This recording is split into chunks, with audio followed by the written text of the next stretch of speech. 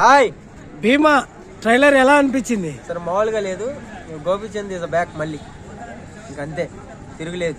ఆ ఎలివేషన్లు కానీ, ఆ కొత్త గెటప్లు కానీ, అంటే హీరో గోపీచంద్ని ఈ డైరెక్టర్ గారు ఇస్ కొత్తగా చూపించారు మళ్ళీ దీంట్లో.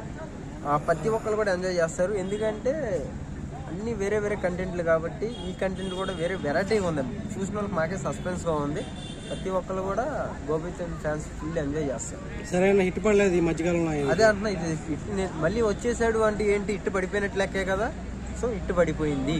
గోలీ మార్ లాస్ట్ లో దునపోతు మీద ఎక్కి కూర్చున్న షార్ట్ అవుట్ ఉంటుంది కదా, అప్పుడు డైలాగ్ చెప్తారు ఒకటి, రాక్షసుడు కదా నర్రూప రాక్షసుడు వచ్చాడని బ్యాక్గ్రౌండ్ లో ఒక డైలాగ్కి ఆల్రెడీ ఇస్ బ్యాక్ వచ్చేసాడు. ఆ ఎలివేషన్ బాగా చూపించాడు. ఇప్పుడు వచ్చే సినిమాలు ఏంటో కానీ డైరెక్టర్లు అందరూ హీరోని ఎలివేషన్ చూపించే దాని మీద పడిపోయారు. అంటే కథ మర్చిపోతున్నారు. కథ చూపించే కథని పక్కన పెట్టి ఆ బాడీలో ఉన్న ఎలివేషన్లు, ఒక మనిషిలో ఉన్న అన్నీ చూపిస్తున్నారు.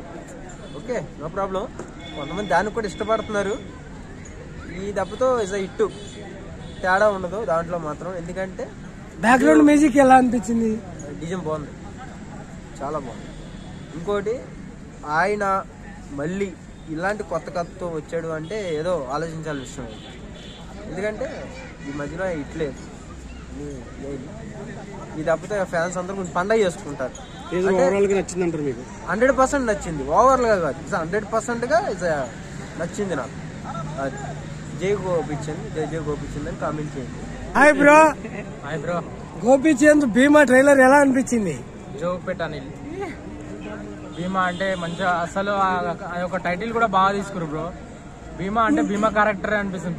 పంచపాండవుల భీమా క్యారెక్టర్ ఉంటుంది కదా, సేమ్ అలాగనే డైలాగులు కూడా బాగానే ఉన్నాయి. మంచిగా కత్తి పట్టుకొని దిగుతాడు మనోడు. అసలు ఫైట్లకు తక్కువ లేదని చెప్పుకోవచ్చు. భీమా అంటే పిచ్చ, భీమా అనగానే రియల్ లైఫ్ లో కూడా ఆయన పిచ్చ ఫైట్లు చేస్తాడు కదా మస్తు.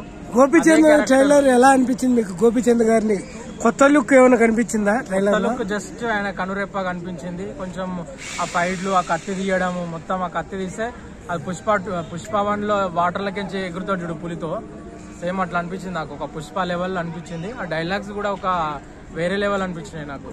ఆ బీజిఎం అస్సలు నువ్వు కొత్త వేరియేషన్స్ భయ్యా, ఇంతకుముందు నువ్వు ఎప్పుడు కూడా చూడలేవు అసలు. ఖచ్చితంగా ఇప్పుడు ఫ్లాప్లలో ఉన్నాడు మన గోపిచంద్. ఇప్పుడు ఖచ్చితంగా ఇది ఒక బిగ్గెస్ట్ హిట్ అవుతుంది గోపిచంద్కు.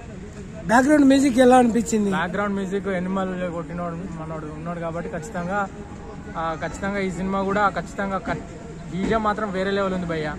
నాకు బాగా నచ్చింది. నువ్వు పుష్ప2 కానీ సలార్ కానీ నాకు సేమ్ ఈ విధంగా సాహో బీజిఎం సేమ్ ఈ యొక్క వేరియేషన్ లోపల అనిపించాయి నాకైతే. మీకు దాంతో యాక్షన్ పాటలు సీక్వెన్స్ ఎలా అనిపించాయి? సీక్వెన్సెస్ అని అంటే ఒకటి లాస్ట్ నాకు బాగా అనిపించింది. ఆ ఎద్దు పైన దిగుతాడు, అసలు పులి షర్ట్, మన ఏంది పోలీస్ షర్ట్ తోటి దిగుతాడు, అస్సలు వేరే లెవెల్. అది సినిమాకు అదే ప్లేస్ పాయింట్. మనం ఇంతకుముందు గుర్రం మీద దిగడం చూసినాము, మన పులితోటి వార్ చేసుకోవడం చూసినాం అన్ని సినిమాల. కానీ ఇదేందో వెరైటీగా మన ఎద్దు పైన రావడం చూస్తాం. అస్సలు వేరే లెవెల్ అనుకో. ఖచ్చితంగా సూపర్ హిట్ అవుతుంది. లాస్ట్ లో డైలాగ్ హిట్ అవుతుంది పక్కా.